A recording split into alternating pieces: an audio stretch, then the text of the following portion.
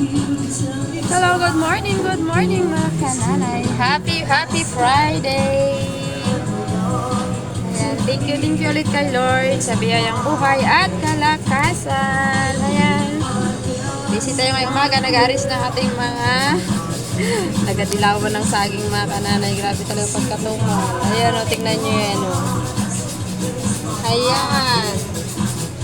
Ito kasi mga ganito, kailangan natin itong i-dispose ng medyo mababa kasi nga bukas to sira na, hindi na mapakinabangan.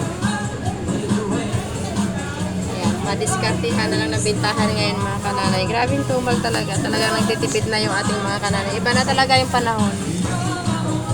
Ayan, good morning muna sa inyong lahat. Ano man yung ating mga ginagawa ay lagi natin hingin yung gabay at patnubay ng ating Panginoon. Ayan, busy tayo ngayon.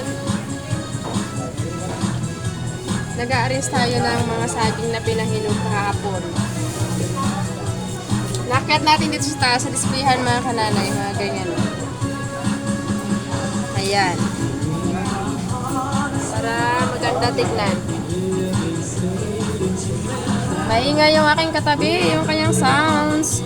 Hindi niyo ako gaano marinig. Kailangan ko laksan yung aking boses.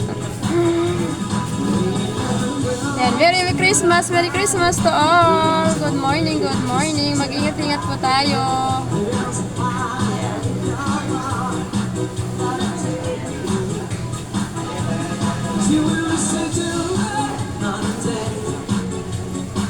You're my all-time lover.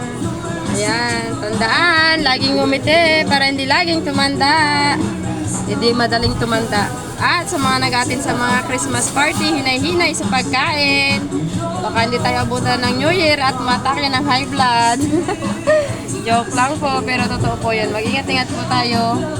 Ayan, sabi nga, hinay-hinay lang. Katamtaman lang, wag sobra.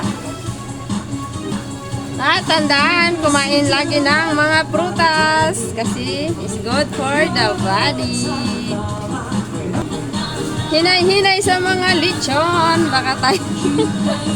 Masarap kasi ang lechon, di ba mga kananay? Pero hinay-hinay lang sa pagkain. Laman-laman lang. Kung kumain ng balat, konti lang. Tikim-tikim ba? Kaya mayroon na matake tayo. Mahal ang mag-hospital. Mahal ang check-up ng doktor.